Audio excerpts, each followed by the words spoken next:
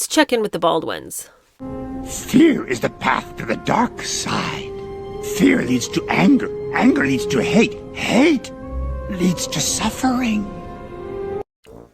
What?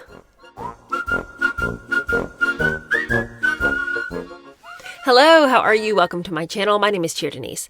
I thought today we might look at some of the really theatrical moments, some of the unbelievable performances that we've seen from the celebrity class lately. They are in rare form, and it feels like everywhere I look, people are in full theatrical meltdown. The need to constantly perform is getting to be painful because it's reaching far beyond the bounds of normal emotional reactions. And now we have people like Cynthia Erivo and Ariana Grande acting like they have completely lost their minds. Less than a year ago, we were subjected to a round of delusion that I hoped never to see again. But they're back, and they're doubling and tripling down on the weirdness. And I just want to know, how did they get the idea? Who told them this was super cute and necessary to the characters they had played? The way they both decided to take on the characters that they played in the movie and extend that through their press tour is psychotic.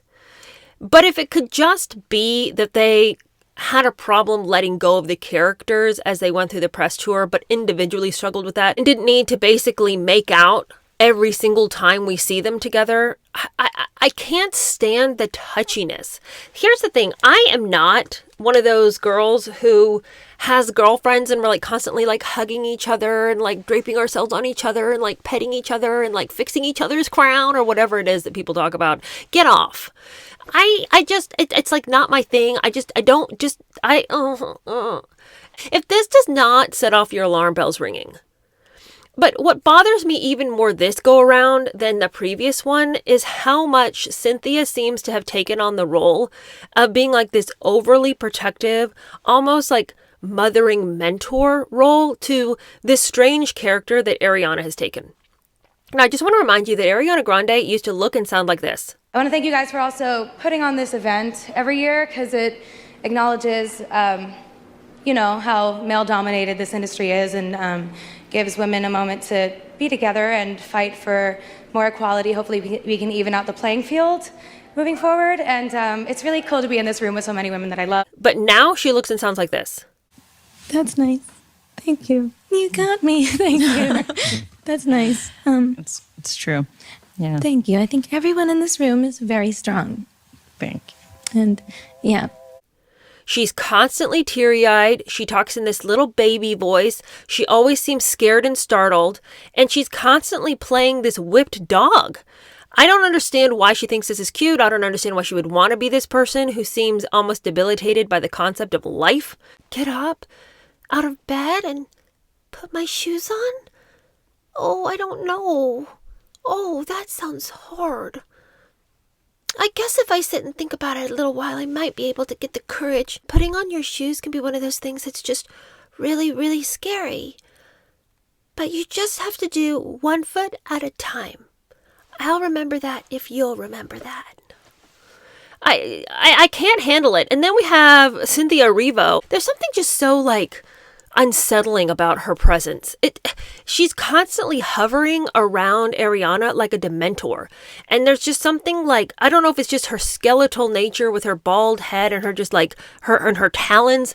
She's just incredibly overbearing in every sense of the word. But what I don't like about her is that she's emotionally overbearing to Ariana. So I'm not convinced that these two are playing themselves. I do believe that they go home. I believe Ariana goes home, washes off the makeup, washes the gel out of her hair, fixes her eyebrows so she doesn't look like this all the time. And I believe that she is normal somewhere, but not around Cynthia. They seem to have this agreement that she'll play the whipped dog that needs to be taken care of, and Cynthia will be the protector. Here's a clip of somebody talking with them on stage. The interviewer grabs Ariana's arm and he's making some point, and he's not being abusive or mean. He's just It is kind of weird what he does. He like grabs her arm and shakes it for like to make a point, but there's nothing, no one was hurt, no one was transgressed in any way. The distraction that suddenly occurs when Cynthia has to make it all better for Ariana is so weird. Why are you hugging her? Why are you kissing on her? Why are you like making the boo-boo okay? Can you believe that we're doing that? It's going to be so great. That joy he wanted to infuse in every frame so that when you experience the film with all the tears and everything else, you feel the joy in every single one. So I have to say that on this. I can't deal with it. And then last time we saw them, there was this kind of foolishness going on where Cynthia pretends to straighten Ariana's necklace while Ariana's trying to answer a question. And Cynthia's being super distracting over here, straightening Ariana's crown, so to speak, and fixing the necklace. But watch her do it. She doesn't actually do anything. The necklace was fine. The clasp wasn't showing. It was straight. Cynthia twists it so that you can see the clasp and then twists it back so that the clasp is behind her neck like it was in the first place. And it's all so that you don't forget that Cynthia's there too. You know, Ariana's trying to answer the question, but Cynthia's got to get in on some of that limelight.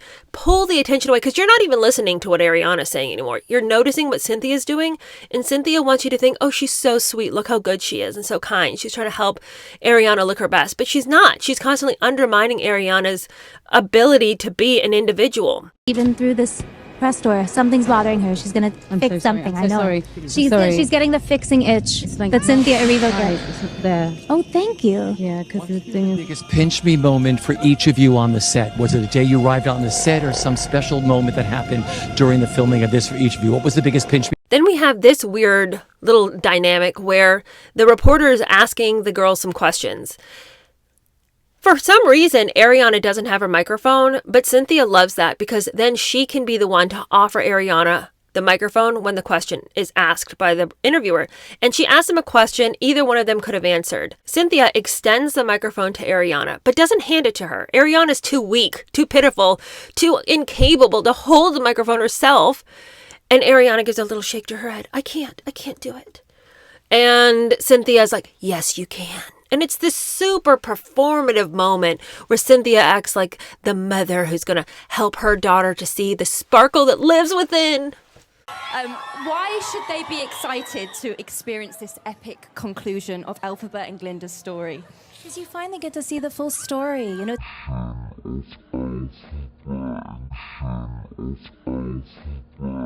But you know that Ariana is not this incapable person. She's had a career since she was like a young thing.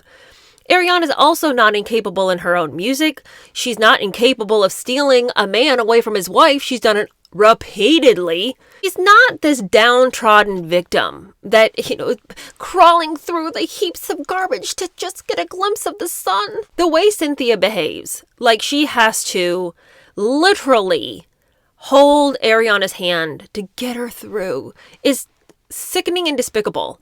But then we had this incident happen in Singapore, and there was somebody who broke the barricades twice to try to get at Ariana. And then, of course, Cynthia gets to really play the protector because she leaps in between Ariana and this person who keeps trying to grab her. And then she takes her arms around Ariana and it's like making sure that Ariana is safe, you know. Don't worry, Ariana, I'm literally going to be a cage to protect you. I can't deal with it. I can't. It's so weird. They have armed security. They don't need this demonic imp over here to protect Ariana. That's what they've paid for security for. You know what really bothers me? Is that she's so constantly playing this overly empathetic character, this so incredibly empathetic and sympathetic and compassionate person, that when she does something that is genuinely kind, all I can see is the performance, and it's super hard for me to give her her due. Even if this is the right thing to do, I don't trust that this person knows how to do it from the right place. So I recently saw, thanks to Kristen Bell's Instagram, she shared a story where Cynthia Erivo had come to the edge of a stage to address a little girl who seemed to have a lot of physical challenges. And the girl is mesmerized in the presence of Cynthia and is weeping at this chance she has to meet with Cynthia. And Cynthia comes to the edge of stage and kneels and is like very engaged with this young fan, very kind to her. And if this was the only time we'd ever seen Cynthia sort of exude empathy and compassion and kindness, I would think to myself, what a great way for her to have interacted with this young fan with her very evident challenges. What a kind way for her to meet the girl where she's at and actually give this fan a moment that was meaningful to her. But because we've seen her play act so many times, this forced, empathetic, motherly, maternal figure, I struggle to feel like she was really meeting that fan from a place of truth and genuine care. Maybe that's a me problem, and I'm willing to suggest that it is, because gosh, if I'm not the biggest cynic sometimes. It's an enduring character flaw that I've got to root out. Because we're called not to be cynics, and yet I seem to not be able to do any better. But we're called not to be so cynical. And so I should be able to see Cynthia come to the edge of that stage and think, wow, that was really kind of her. What a way. Instead, my cynical brain is like, who's letting this poor troubled youth, this girl with these disabilities, pin all of her affections on this other human? Why are we letting her weep that she's so excited to meet another human? Like, why are we letting celebrity mean so much to this poor girl? But then when I try to put on my let's think the best of people, it's exciting to meet people that you really like and enjoy, right? So if the girl wants to say hello to Cynthia, that's fine. But Cynthia, if I go back to being a cynic, shouldn't play into this. She shouldn't let this poor girl weep over meeting her. She's not that important. Anyway, all this to say, Cynthia Erivo is weird vibes all around. Ariana doesn't get a free pass because she needs to quit with the baby voice and the sad injured eyebrows and the continual flinching at life. I can't handle it. It's so annoying. But why are both of them so sold on this weird performative act? When this whole Wicked thing is over and they no longer get to play the characters from Wicked, will they know who they are? They've done this for almost 2 years now. Just wonder what they get out of playing these characters, because it is very clearly performative, and it's cuckoo for sure. It's so crazy and it's so cringe. I just look at this and all I can go is like, ugh, please stop. Please stop. It hurts my eyes. But if they were the only ones just crashing out in Cringeville, you know, you could just be like, well, those two are just crazy. But it's everyone in Hollywood. It's everyone with celebrity. Everyone is constantly saying things that are insane. Can we just cast our eyes over to Michelle Obama? I could do hour after hour after hour talking about her podcast and the cringe tour that she's on, complaining and complaining and complaining about things. But I give it a pass because I'm like, look, if she wants to live in Crazyville where all of her privilege, all of the wonderful experiences she's had in life, if she wants to live in a weird world where she's manipulated those experiences and those privileges to somehow mean she's oppressed, that's a Crazyville I don't want to enter. I don't care what you want to do over there in Crazyville. That's insane. But then when you include us in it and try to pull us into it, make us feel like we've somehow done something to injure you when you've decided to be crazy, then I gotta comment. Michelle Obama is on this tour for a book, and it's breaking down all of her iconic looks throughout the years. Okay. Well, she was sitting on the stage, and she made the audacious claim that the reason that Black people don't swim or go to the gym, I've seen them doing both, but okay. They don't swim and they don't go to the gym is because they're so busy trying to keep their hair straight because white people want them to have straight hair. And they're so desperately trying to please the white overlord that they keep their hair straight, but then have to forego such activities as swimming and going to the gym. Let me explain something to white people. Our hair comes out of our head naturally in a curly pattern. So when we're straightening it to follow your beauty standards, we are trapped by the straightness. That's why so many of us can't swim and we run away from the water. People won't go to the gym because we're trying to keep our hair straight for y'all. What are you talking about? That's insanity. First of all, did you know that there are white people with extremely curly hair? My sister is one of them. My sister Jasmine, super curly hair. Super curly. And I'm asking you right now, why is it that I've seen Jasmine at the gym? Why have I gone swimming with Jasmine my whole life? I'm sorry, what are you talking about? I mean, I understand humidity changes your hair if you straightened it and then you want to keep it straight, but that's your choice. What team of crazy white women are wielding straightening irons and being like, you don't straighten your hair, we're going to burn you. I mean, it's like, what are you talking about? That's insanity. And to sit there with a straight face, but the cherry on top of this entire insanity is that she's sitting there with straightened hair herself. At what point is she going to stop blaming her unhappiness on everybody else while she's literally enjoying the thing that she says is her oppression? I hate having everyone talk about me all the time. That's why I have a podcast. I hate that white people tell me to straighten my hair. That's why I've straightened my hair.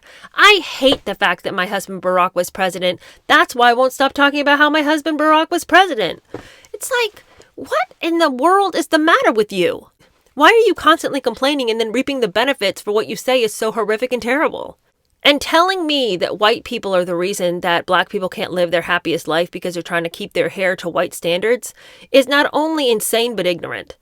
Because again, white people have curly hair too, and you don't see them fretting about it and being like, which straight-haired person's going to come after me for not matching their hair? Like, you do what you want to do. If you want to have straight hair, that's fine. Have straight hair. But if you think that it's limiting you from the life you want to lead, then choose a different hairstyle. Or get a wig, get a weave, get something.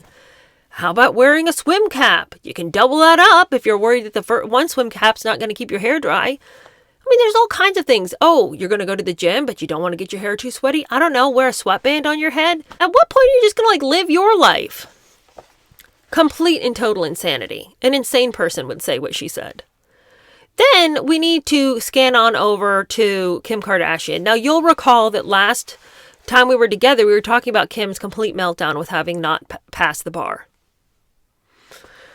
Kim, did you really think you were going to? I mean, again, let us remember that she spent more time taking pictures of herself studying than she did actually studying. As she's trying to study for this, instead of hiring a tutor with her billions of dollars, she decided that she would use ChatGPT and then proceeded to fail because ChatGPT will make up cases and then will teach you incorrect precedent based off of fake and false facts that sound true. So of course she failed.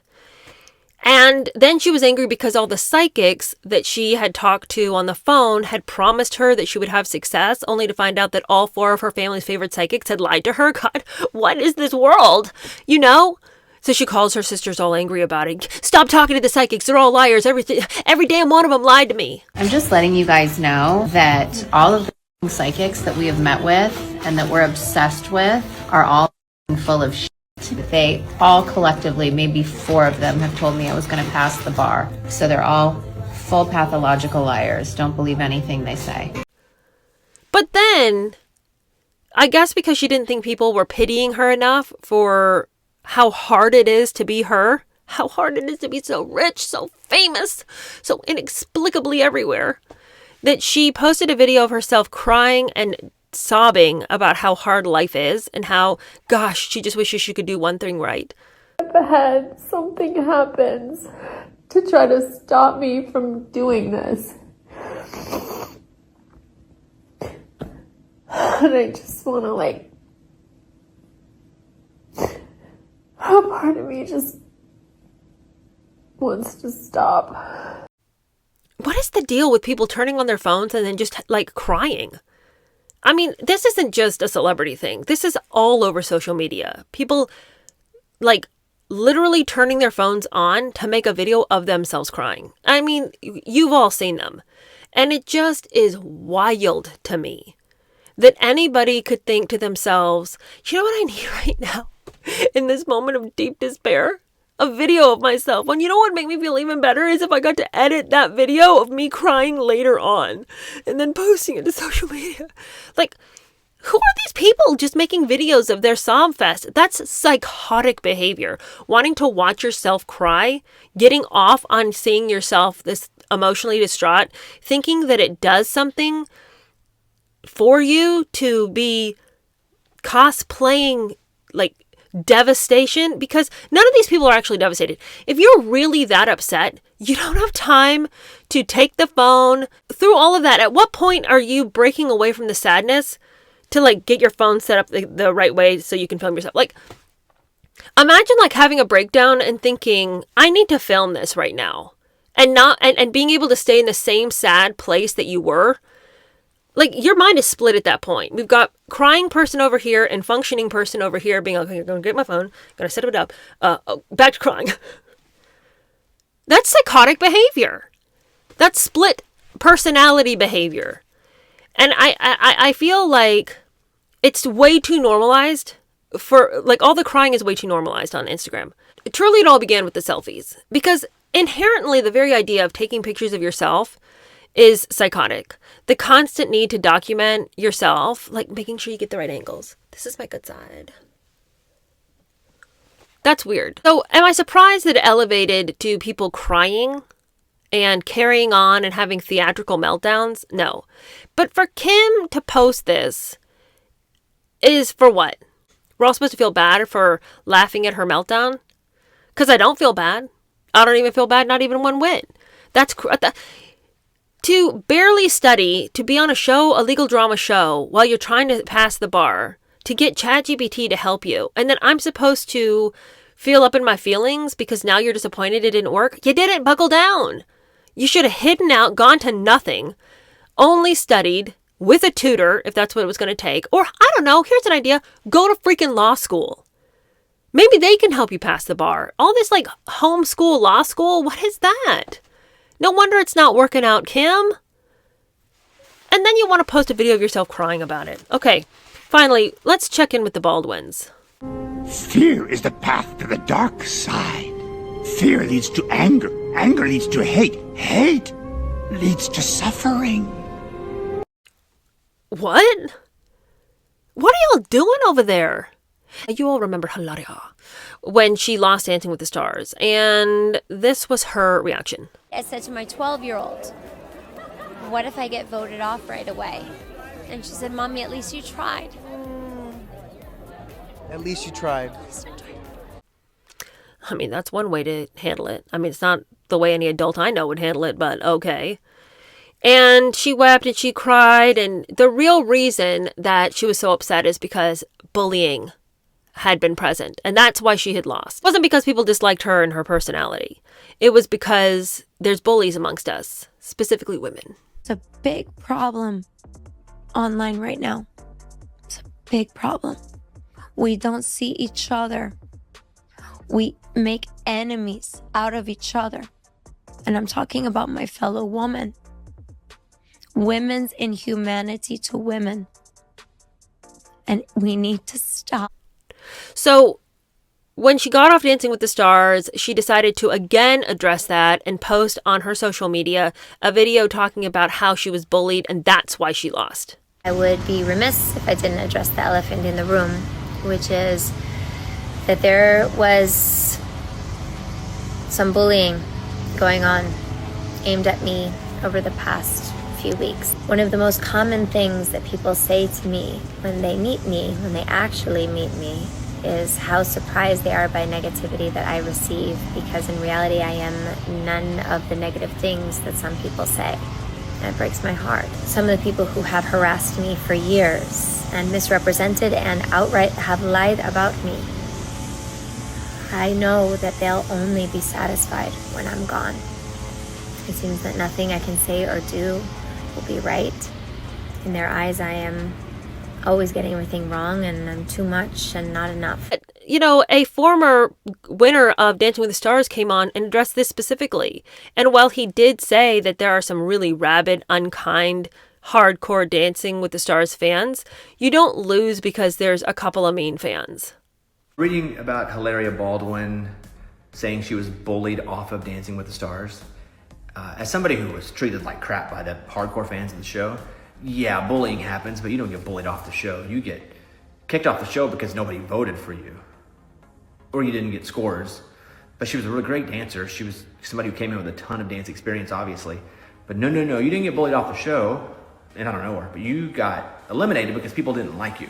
I got, again, bullied like crazy, but People like me, so I won the show. So that's bullcrap. Although that's the meanest fan base of anything ever, the Dancing with the Stars, the hardcore fans.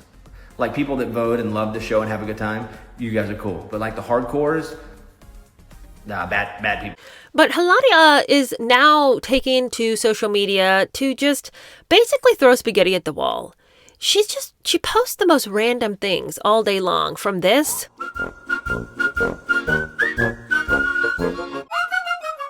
and then she posts this video. Things in my kitchen that just make sense. My long table of many fruits. A hanger to hold my bananas. An espresso holder that says a cafecito a day keeps the come mierdas away. A jar to hold my garlic. Plastic lids because my children keep on breaking the glass ones. A cat on my counter that likes to drink water from my faucet.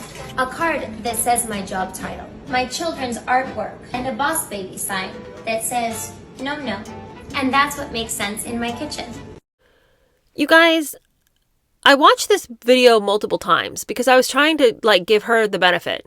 I was like, okay, that is so lame and so low level funny that I'm like, okay, is there a deeper level of hilarity here? This is so unfunny. Is she actually being lame on purpose and play acting what a lame reel would be? Or is this really the best she can do? I fear this is the best she can do. Ouch. And the reason I think that is because with her spare time, she's also making these reels.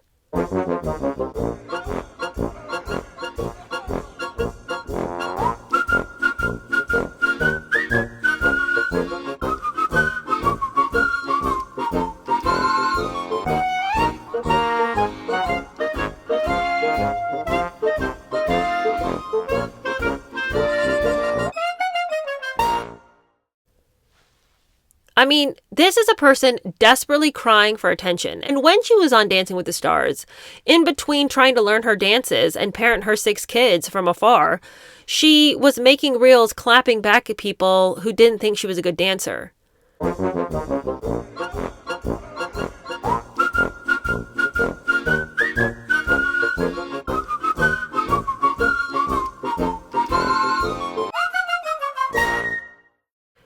I mean, Hilaria, don't you have a couple of half dozen kids to watch?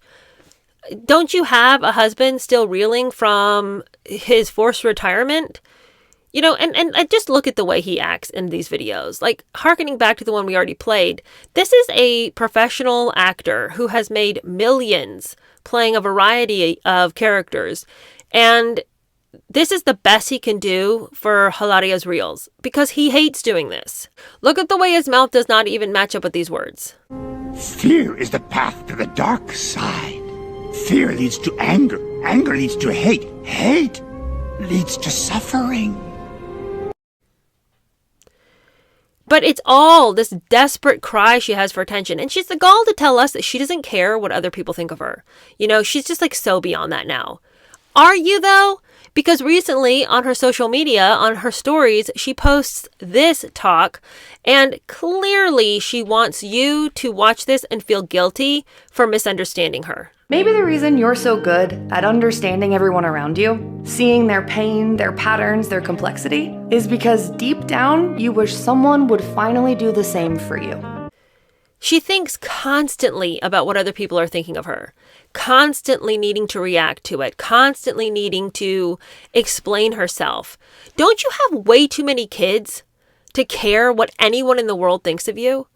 And the thing too that shocks me so much about this, and this will be my last comment, the fragility that she exposed during Dancing with the Stars, the claims that she was never going to dance again because you guys had so unbelievably misunderstood her, shocked me because I thought, how can you be this emotionally sensitive when it's day out and day out slog with 6 kids, where you're constantly having to mediate arguments and explain certain things to this kid, to that kid, to helping this kid mature in this area, to helping this child to grow in this area, to build up and encourage. How would you even at the end of the day have anything left to be this petty? Stop it now. Now you're just being silly. We all know that anyone with arms has triceps. But she still has all the time in the world to come up with new stupid ideas for her social media. All the time in the world to be clapping back at her critics. All the time in the world to prance through the streets advertising the latest book that she had ghostwritten and slapped her name on.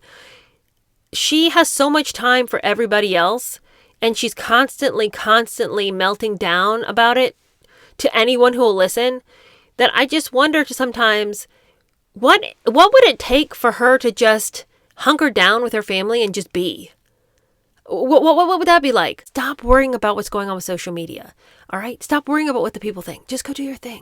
Everybody needs to stop being so dramatic. Everybody just get offline, okay? Get offline. Stop worrying about what everybody else thinks. Because you know what the through line to all of this is? It's because all these people care way too much what everybody else thinks. And as long as you're worried about that, you're going to be miserable, you're going to drive yourself crazy, and you're going to turn into one of these weirdos, okay?